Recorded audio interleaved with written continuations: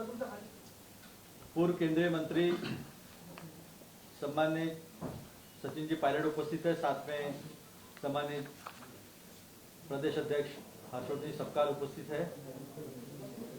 आपको सचिन पायलट जी का इंट्रोडक्शन देने की जरूरत नहीं है, आप सभी लोग बहुत अच्छे से वाकिफ है, उनसे जानते हैं, उनका काम जानते हैं। और आज तो एक नई बात पता चली कि sir London school of economics में विजिटिंग फैकल्टी है पब्लिक पॉलिसी में। तो ये इंटेलेक्चुअल पूल जो है ये कांग्रेस में है जो एआई को समझता है।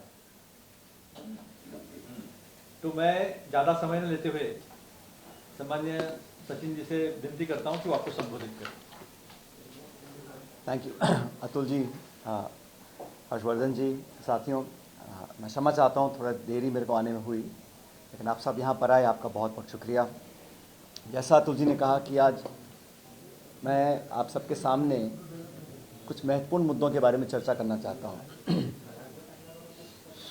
आज छत्रपति शिवाजी महाराज की जयंती है और बड़ी विडंबना है कि आज जिस मुद्दे पर मुझे बात करनी है, किसान, खेती, उन्हीं के बारे में कहा जाता है कि उनकी सेना को भी आदेश था कि किसी किसान का अगर अनाज खाना है तो पूरा पैसा चुकाना है उसको, और किसान को मान सम्मान के साथ हमेशा, चाहे वो पक्ष और विपक्ष हो, ये उनकी सोच थी किसान के प्रति।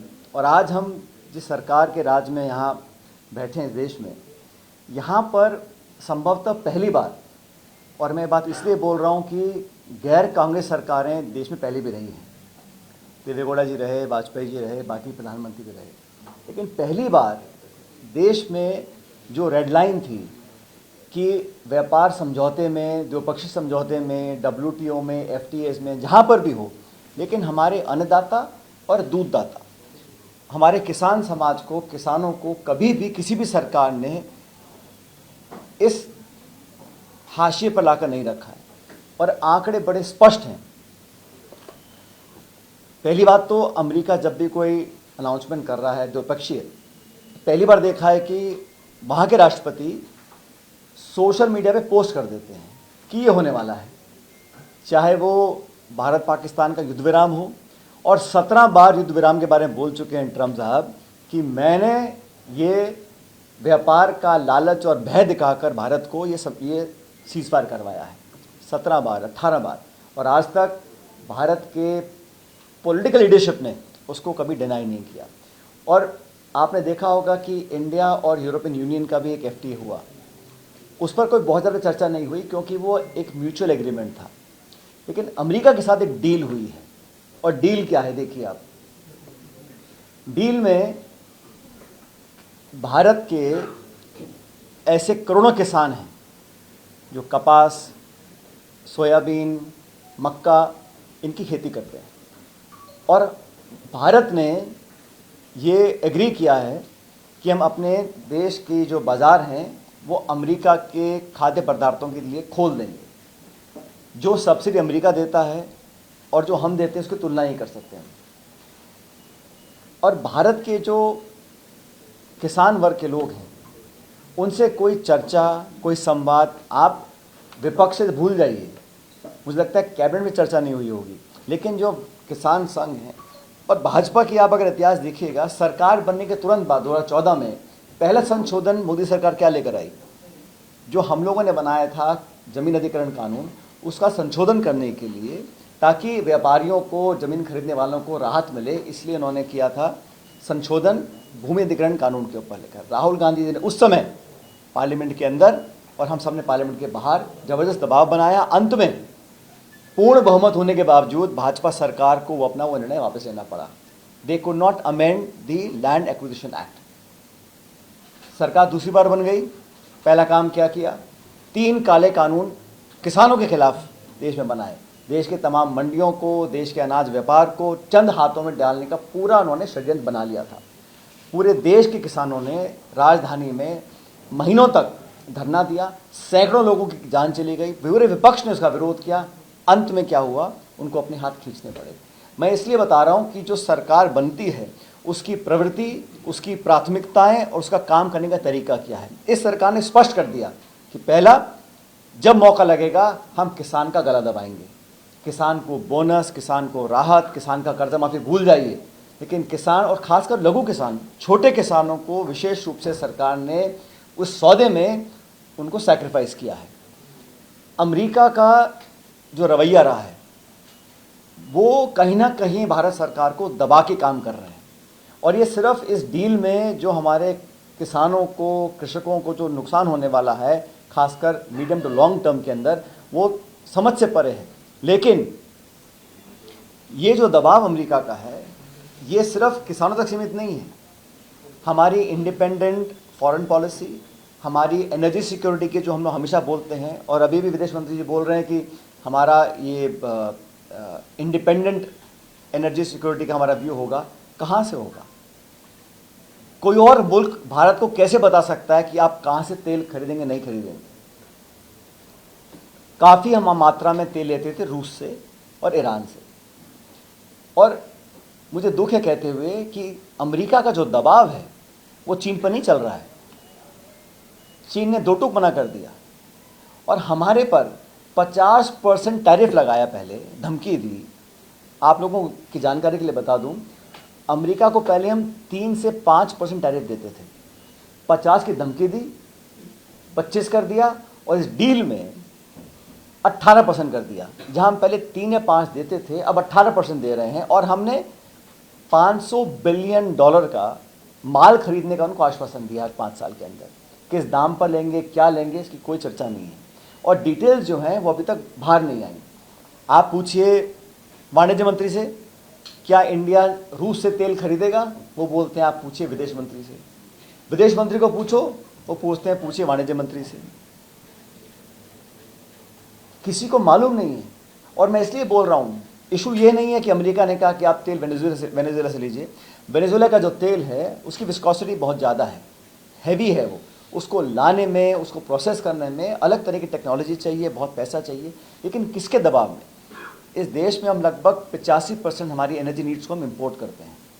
हमें देखना पड़ेगा कि हमको क्या सूट करता है, transportation cost, source of fuel, transportation, और पॉलिटिकली हमें क्या सूट करता है। अगर हमें सस्ता तेल रूस से मिल रहा है तो किस दबाव में हम उसको मना कर रहे हैं? मैं इसलिए इस बात को रेखांकित कर रहा हूँ कि इस डील के अंदर बहुत सारी चीज़ों को ताक पर रखा गया है। सबसे पहले तो हमारा किसान वर्ग है। जैसे मैं कहा, महाराष्ट्र में यहाँ पे कितने कपास के हमारे किसान भाई हैं, सैकड़ों लोगों ने, किसानों ने आत्महत्या करी, क्योंकि वैसे ही वो मार्केट से कम्पीट नहीं कर पाते हैं। और अब बांग्लादेश को पाबंद कर दिया है। हमारा कपास बांग्लादेश खरीदता था, अब उनको बोल दिया है कि आप सारा ट्रेड अमेरिका से करेंगे।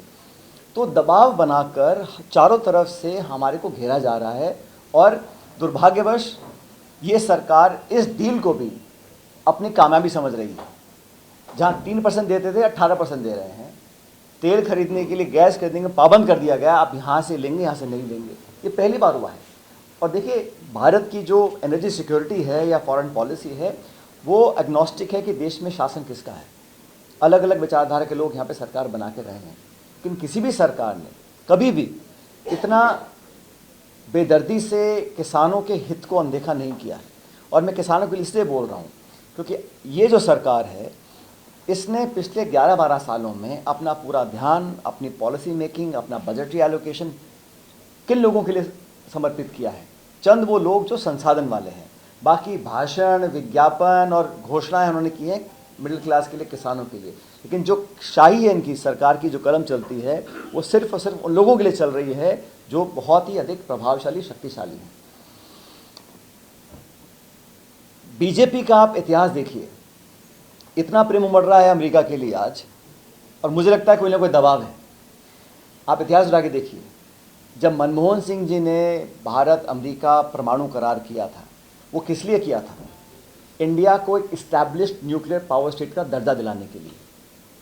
कोई डील नहीं करी थी, बराबरी के हमारे समझौता हुआ, हमने कुछ टर्म्स कंडीशंस रखे और भारत को एक परमाणु शक्ति का स्टेटस मिला पूरी दुनिया में। उस समय भाजपा ने इस डील का विरोध किया कि आप परमाणु करार कैसे करें अमेरिका के साथ, Indo US nuclear civil deal. उसके बाद हम लोगों ने प्रपोज किया तो भाजपा ने अपोज किया एफडीआई इन रिटेल, भाजपा ने अपोज किया एफडीआई इन डिफेंस, भाजपा ने अपोज किया जीएसटी को, भाजपा ने अपोज किया डायरेक्ट बेनिफिट ट्रांसफ़र को, आधार कार्ड को, और अब सरकार में आने के बाद इन सारे मुद्दों को अपनाते हुए, जैसा हमेशा करते हैं, चाहे वो महात्मा गांधी हो, सरदार पटेल हो, जब सत्ता में आएंगे तो उन सारों को अपना के अपनी पीठ थपथपा रहे हैं। राहुल जी ने बहुत पहले कहा था जीएसटी जो आप लेकर आए हो सरल बनाइए, ये बड़ा कॉम्प्लिकेटेड जीएसटी है, छोटे व्यापारियों की कमर टूट जाएगी। कितने सालों के बाद आके वही काम किया जो पहले राहुल गांधी कांग्रेस पार्टी बोलते थे, स्लैब्स को 6 कर दिया, कम कर दिया।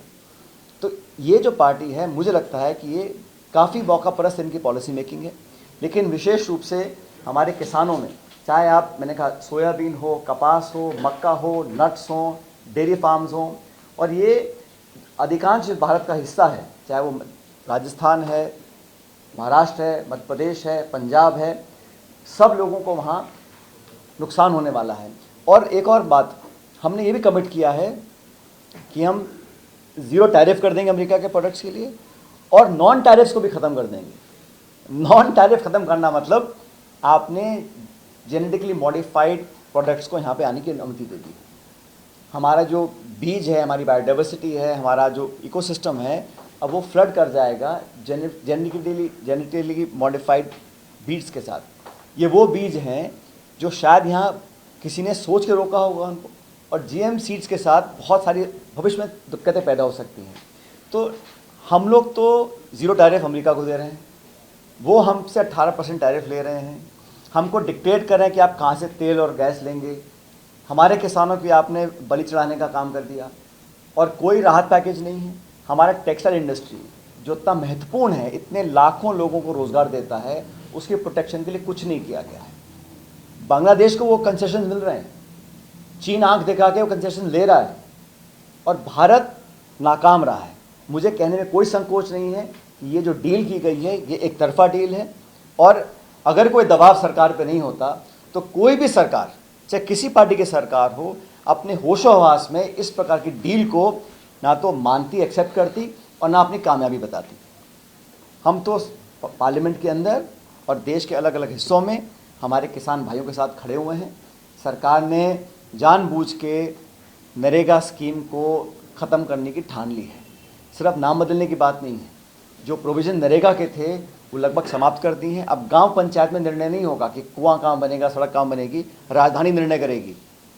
पहले छोटे ठेकेदारों को काम मिलता था, स्मॉल कॉन्ट्रैक्टर्स को काम मिलता था, पंचायत समिति का, जिला परिषद का, अब स्टेट लेवल पे एक एजेंसी करेगी, और बजट लिमिट कर दिया है, इतने के काम होंगे। नरेगा एक डिमांड ड्रिवन प्रोजेक्ट था, कोई सरपंच अगर प्रधान एक्टिव होता तो वो करोड़ रुपए के काम गांव में करा सकता था। अब उन्होंने कहा इतना है सीमा, यही बजट है, इसमें काम करिए। और जो प्रोसेस है डिमांड ड्रिवन काम मांगने का, इतना जटिल और मुश्किल बना दिया कि लोग जो एवरेज औसत वर्क डेज है 125 की गारंटी कर रहे हैं, जो 100 का था प्रावधान, नेशनल एवरेज 30-35 दिन में नहीं है। तो ये ग्रामीण क्षेत्र में, रूरल इलाकों में किसानों के साथ, मजदूरों के साथ घोर अन्याय कर रही है। जो सरकार सिर्फ प्रोपेगेंडा, प्रचार, भाषण और मैनेजमेंट का खेल कर रही है। जैसा आपने भी देखा दिल्ली में जो AI समिट हो रही है, वहाँ पर चीनी रोबोटों को अपना दिखा के कितना झेप का एहसास हुआ होगा सब लोगों को। इतना बड़ा आयोजन है और वाहवाही लूटने के लिए आप सब कुछ ताक पे लगा रहे हैं। तो सरकार की जो मंशा है, जो नीयत है और नीति है, वो सब पूरी तरह किसान विरोधी हैं, कृषक समाज के विरोधी हैं, और हमारी पार्टी और पूरा इंडिया अलायंस इसका पूरी तरह विरोध करता है, और हम जवाब मांग कर रहेंगे। ये सरकार जवाब देने विश्वास करती नहीं है। पार्लियामेंट में राहुल जी को बोलने नहीं दिया जा रहा है, और मुझे बड़ा खेद हुआ आज जो भाषा भारत के संसदीय कार्य मंत्री ने इस्तेमाल करी है। देश के प्रतिपक्ष के नेता जो संवैधानिक पद है, उनको आप देश के लिए एक खतरा बता रहे हैं। ये अशोभनीय है, अमर्यादित है, और मैं सिरे से इस स्टेटमेंट को नकारता हूँ।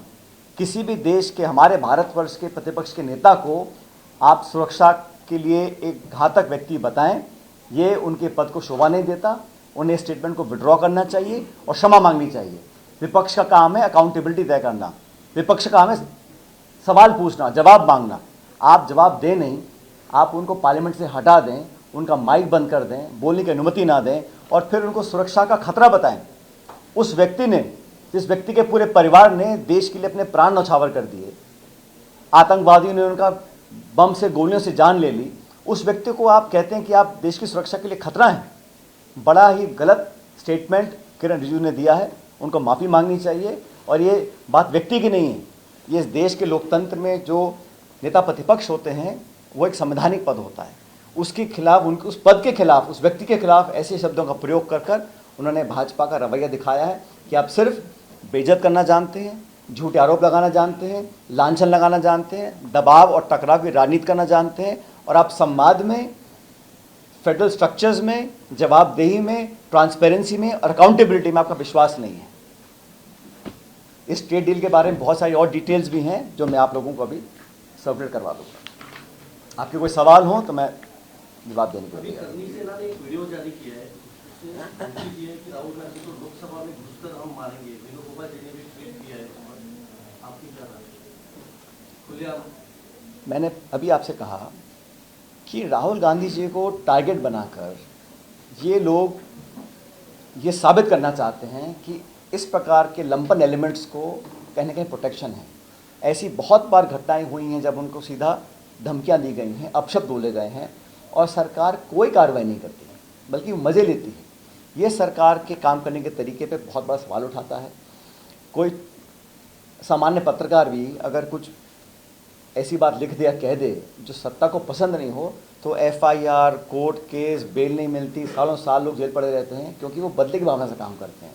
और नेता प्रतिपक्ष की जान को धमकी को सोशल मीडिया पे दे रहा है और सरकार कोई कार्रवाई नहीं कर रही, मतलब सरकार की इंटेंशन क्या है? सरकार चाहती क्या है? इस देश में अराजकता फैल जाए, इस देश के लोकतंत्र को, इस देश की व्यवस्था को कायम रखने के लिए इस सरकार को इस प्रकार के रवैये को छोड़ना पड़ेगा। और राहुल गांधी जी को जो पहली बात तो उनके पास जो एसपीजी थी उसको हटाया गया, सुरक्षा में बार बार चूक भी होती है, और इस प्रकार के थ्रेट्स अगर कोई दे रहा है, पब्लिक प्लेटफॉर्म पे दे रहा है, मतलब उनको लगता है कि हम थ्रेट दे देंगे हमारा कुछ बिगड़ेगा नहीं।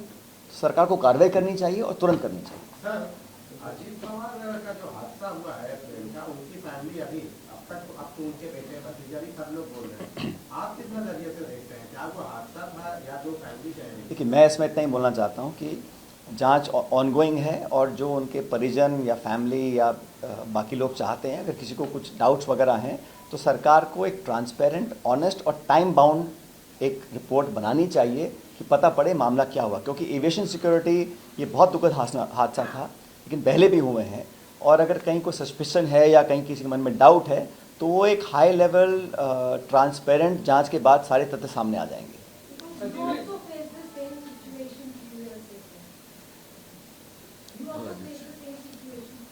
That's I lost my father in a road accident, but that was an accident, and it's a long time back now. It's 25 years ago.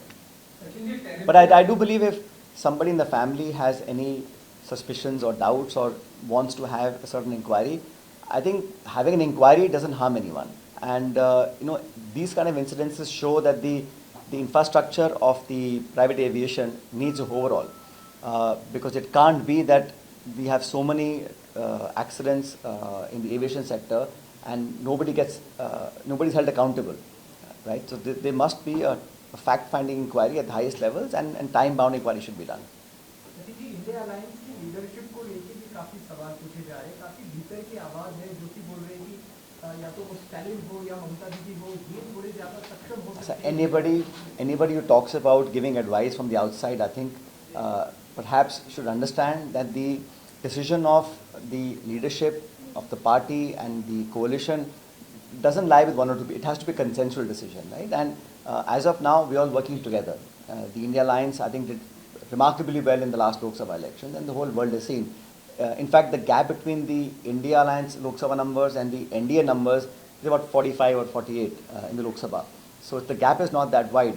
And this election was a fragmented verdict. No party got clear verdict. Two parties supported BJP, and that's why they are in government. As far as we are concerned, we work together on most issues. I think we'll be meeting very often now. But the India Alliance is strong, and India Alliance is strong because of why it was formed. Because I think the kind of government we saw in Delhi was something that is unacceptable to most people. The attitude, the way of working, and I do believe that in the next elections, India Alliance will do extremely well, whether it's Tamil Nadu or other states, including Kerala. राष्ट्रवादी की तरफ से शरद पवार जी का nomination आता है जब इस बात पे चर्चा होगी तब इस बात पे हम चर्चा करेंगे, अभी इस बात पे कोई चर्चा नहीं है। ये निर्णय ये उनके दलों की बातें हैं। मैं तो बोलना चाहता हूँ, जहाँ तक कांग्रेस पार्टी की बात है, समय आने पर सबकी चर्चा करने के बाद जो भी उचित निर्णय होगा हम लोग लेंगे। एब्सटीन फंड में बहुत सारे मुद्दे आए, बहुत सारे ईमेल सामने आए, लेकिन आज तक उस मुद्दे से जुड़े लोगों का रिजाइन नहीं हो रहा है। कई देशों में रिजाइन हो रहे हैं, लेकिन हमारे देश में ऐसा नहीं हो रहा है। ये पूछना चाहिए ना सरकार से, आप लोगों को सरकार से पूछना चाहिए कि राहुल जी को जान से मारने की धमकी लोग दे रहे हैं ओपनली, और आप कुछ नहीं कर रहे हैं, और आप लोगों के नेताओं के नाम इस तरह के विवादित उसमें आते हैं प्रकरण में, कोई जवाबदेही नहीं है, कोई अकाउंटेबिलिटी नहीं है। और मुझे लगता है कि जो आपने सवाल पूछा, ये जो डील भी हुई है, ये साधारण कोई सरकार इस डील को एक्सेप्ट नहीं कर सकती, क्योंकि एक स्कूल जाते हुए बच्चे को मालूम है कि हमारे मक्का, सरसों, कपास, सोयाबीन के जो किसान हैं उन पर क्या बीतती है, किस दाम में हमको पेट्रोल, फर्टिलाइज़र, तेल, खाद, डीएपी मिलता है, क्या हमको उसकी कमाई होती है, कितना हमारा खर्चा होता है। ये सब जानने के बाद अगर कोई सरकार एक अनफेयर कंपटीशन स्टार्ट करती है, अमेरिका के सारे एग्रीकल्चर प्रोडक्ट्स देश में आ जाएंगे, हमारे देश के किसानों का क्या होगा, ये सब जानते हुए अगर कोई सरकार करती है तो सरकार कहीं का दबाव है, और दबाव इन्हीं चीज़ों पर होगा। और क्या हो सकता है दबाव सरकार के ऊपर? आपको लगता है गवर्नमेंट यूनिवर्सिटी एक एग्जाम्पल है और भी ऐसे देश भर में बने? मैं तो समझता हूँ कि ये कोई प्राइवेट इवेंट नहीं था, ये भारत सरकार का इवेंट था। तो सरकार को कम से कम अपना ड्यू डिलिजेंस, इतने बड़े ग्लोबल प्लेटफॉर्म पे लोगों को आप ला रहे हैं, तो इस प्रकार की घटनाओं से लोगों का कॉन्फिडेंस कम होता है। आप फ्यूचर की देख रहे हैं, इन्वेस्टमेंट्स की देख रहे हैं, क्रेडिबिलिटी की बात कर रहे हैं, और इस प्रकार की घटनाएं अगर सरकार अलाउ करती है तो कहीं ना कहीं या तो ओवरसाइट है या जानबूझ के किया गया है, लेकिन कभी कभी गलती पकड़ी जाती है। और इससे काफ़ी मुझे लगता है कि ये बात समझ में आ गई है कि क्या पीआर इवेंट क्या होता है, मोबाइल लूटने के लिए क्या करते हैं, और एक्चुअली में क्या हो रहा है। सर, आप इंडियन इकोनॉमी और एआई को लेकर सवाल कर रहे हैं, लेकिन फ्रेंच प्रेसिडेंट जो कि भारत के इंग्लिश के दौरे पर थे, उन्होंने इकोनॉमी के साथ साथ भारत की एआई कैपेबिलिटीज की तारीफ की। भारत की एआई कैपेबिलिटीज़ बहुत ज़्यादा मजबूत हैं। आप गलत मत समझिएगा, भारत एक आईटी सुपर पावर आज से नहीं है, और ये किसी एक्स या वाई सरकार की वजह से नहीं है। हमारा एक टैलेंट पूल है जो दुनिया भर में प्रसिद्ध है। तो हमारी जो लेटेंट शक्तियाँ हैं, चाहे वो एआई में हैं, आईटी में है, बीपीओस में था, हम लोग शुरू से करते आए हैं। तो भारत एक बहुत बड़ा देश है, 140 करोड़ का देश है। और मत भूलिए, जो रवैया अमेरिका का है, अधिकांश देश अब एक विकल्प ढूंढ रहे हैं, और चीन के साथ बहुत संबंध अच्छे किसी बहुत देशों के नहीं हैं। तो नेचुरल चॉइस जो है वो इंडिया बनती है, इन्वेस्टमेंट्स के लिए, बायलैटरल एग्रीमेंट्स के लिए, पॉलिटिकल अलाइनमेंट्स के लिए, और अच्छी बात है, लेकिन उसका हमें सदुपयोग करना चाहिए। हमारी जो ताकत है, हमारा जो प्रभाव है, उसको हम अगर सही दिशा देंगे, सही तरीके से काम करेंगे तो बहुत लाभ मिल सकता है। और जितने भी बाकी दुनिया के देश हैं वो सब भारत के लोकतंत्र को, भारत की ताकत को, भारत की इतनी बड़ी मार्केट को समझते हैं। एक यंग इंडिया है, टैलेंटेड है, एजुकेटेड है, और बहुत कुछ करने की क्षमता रखता है। तो भारत में कोई कमियां नहीं है, लेकिन सरकार अगर दबाव में डील ऐसे कर रही है, और ट्रम्प साहब डिक्टेट हमको कर रहे हैं, खुद तो वो यूरेनियम ले रहे हैं रूस से, चीन खरीद रहा है रूस से, कोई दिक्कत नहीं है, लेकिन भारत को पाबंद कर रहे हैं। और भारत को बोलना चाहिए, भाई आप एक अलग मुल्क हैं, हमें आज़ादी है, हम कहाँ से तेल लेंगे या नहीं लेंगे, हो सकता है बाद में ना भी लें, लेकिन ये जो स्वतंत्रता होनी चाहिए, the independence to make a decision, that is sovereign decision, उसको आप फोरफिट कैसे कर सकते हैं? कल को स्थिति बदल जाती है, हमको और सस्ता तेल किसी और दुनिया के कोने से मिलता है, वहाँ से लेना चाहिए, या हमको जो सूट करता है। आज रशिया हमको सस्ते में तेल दे रहा है, हमारा पुराना संबंध रूस के साथ रहा है, तो हम उसको फोरगो क्यों कर रहे हैं? The right to choose. कल को अगर बहुत सस्ता तेल हमें कहीं अफ्रीका से मिलेगा, हम वहाँ से लेंगे, but how can US government और any government dictate to the Indian government that you may not buy this oil and we forbid you from buying this oil, and आप वेनेजुएला से लेंगे? क्यों लेंगे भाई? इतना बड़ा हमारा मुल्क, इतनी बड़ी हमारी मार्केट है। So I think the freedom to choose that is been let go. That is for the first time, जब हमारा देश बहुत गरीब भी था, इतना डेवलप नहीं था 70 के दशक में, तब भी इंदिरा गांधी ने बोला था अमेरिका को, आपका 7वां बेड़ा भेजा बे ऑफ बंगाल। उन्होंने, अमेरिका ने कहा इंदिरा गांधी जी को कि आप अगर युद्ध करेंगे तो 7th fleet bay of Bengal आ जाएगी। इंदिरा जी ने कहा आप 7वां बेड़ा भेजो, 8वां भेजो, हमें जो करना हम करेंगे। वो होता है प्रतिबद्धता। सचिन जी, इसी को लेकर एक वीडियो बनवाया था कांग्रेस की सोशल ओम बिरला के ऊपर, उस पर अभी नोटिस जारी की। एक तरफा कार्रवाई सरकार करती है, मुझे एग्जैक्ट प्रकरण याद नहीं है, लेकिन ये बात सच है कि कानून और काम करने का तरीका सत्ता पक्ष के लिए अलग है, विपक्ष के लिए अलग है। और जितनी एजेंसी देश में हैं, ईडी से लेके सीबीआई से लेके इनकम टैक्स से लेके पुलिस प्रशासन, वो सबका काम है कि विपक्ष के लोगों की आवाज़ को दबाना है। और वो उसको, चाहे वो मीडिया हो, चाहे वो राजनेता हो, उनको कहीं ना कहीं अपने नियंत्रण में रखना है। तो ये दबाव की राजनीति जो है ये बहुत दिन चलती नहीं है। मैंने जवाब दिया इस बारे में, आई आंसर। हो गया मुंबई में पिछले कई सालों से जो है खासतौर पर जहाँ पर बीएमसी से लेकर लोकसभा तक जो है भाजपा की सरकार है, ऐसे में मुंबई में बांग्लादेशियों की संख्या बढ़ रही है, ऐसे भाजपा के नेता बोलते हैं, कैसे देखते हैं आप? जब भी चुनाव आते हैं तो ये घुसपैठियों का नाम लेकर विदेशी लोग यहाँ घुस रहे हैं ऐसे करके बोलते हैं, बिहार में बोलते हैं, दिल्ली बोलते हैं, महाराष्ट्र बोलते हैं। लेकिन पिछले 11 साल में क्योंकि जो बॉर्डर है वो तो भारत सरकार के अधीन आता है, पिछले 11.5 सालों में भारत से कितने इलीगल लोगों को आपने बाहर भेजा है? ये अगर हैं 11 साल से हैं, अगर लोग किसी देश के किसी कोने में हैं तो घुसे कैसे? अगर बंगाल में आप कहते हैं तो बंगाल पुलिस तो बॉर्डर पर नहीं खड़ी है ना, भारत सरकार को बॉर्डर की रक्षा करनी है और 11 साल लंबा समय होता है। ये बता दे भारत सरकार कि पिछले 11 सालों में अपने कार्यकाल में आपने कितने इलीगल बांग्लादेशी या नेपाली, कोई भी लोग जो इलीगल यहाँ रह रहे हैं, कितनों को निकाला है? ये सिर्फ चुनाव से पहले लोगों को भ्रमित करने के लिए भाषण देते हैं। और अब यहाँ तो सब सरकार इन्हीं की है ना, दिल्ली में, मुंबई में, नगर पालिका में, यहाँ कौन रोक रहा है? अगर इस देश में रहने का अधिकार किसी को नहीं है, इलीगली वो रह रहा है, उसको निकालना चाहिए। मैं तो बड़ा स्पष्ट बोलता हूँ, उसका धर्म क्या है, जाति क्या, कोई फर्क नहीं पड़ता। अगर कोई इलीगल है और प्रमाण के साथ ये प्रूफ किया गया कि इलीगल है, उसको रहने का कोई अधिकार नहीं है, निकालना चाहिए। लेकिन उस पर राजनीति मत करिए। आप सिर्फ भाषण दें, लोगों को डराने का काम करें और कार्रवाई कुछ नहीं करें, ये कब तक चलेगा? महाराष्ट्र में वो 5% रिजर्वेशन मिलता था नौकरी, वो अभी महाराष्ट्र सरकार ने रद्द किया, कि ये सरकार ने किया, लेकिन मुझे लगता है कि संविधान में जो प्रावधान है, हमारा कोई जाति हो, कोई बिरादरी, कोई धर्म हो, एक संविधान के प्रक्रिया के तहत लोगों को आरक्षण और मौका मिलता है और मैं समझता हूँ ये सबके लिए होना चाहिए। भाजपा सरकार अधिकांश जो कदम उठाती है वो धर्म की राजनीति करती है और ये बात सिर्फ यहाँ की नहीं है। किसी प्रदेश में चुनाव होगा, वो डिक्लेयर करेंगे हम पर्टिकुलर धर्म के व्यक्ति को टिकट ही नहीं देंगे। ये जो राजनीति है ये मेरिट बेस्ड नहीं है, ये लोगों को कहीं ना कहीं बांटने का काम करते हैं। तो मैं चाहता हूँ ये देश सबका है, ये प्रदेश सबका है, सबको बराबर का अधिकार संविधान ने दिया है, उसको भाजपा को रिस्पेक्ट करना चाहिए।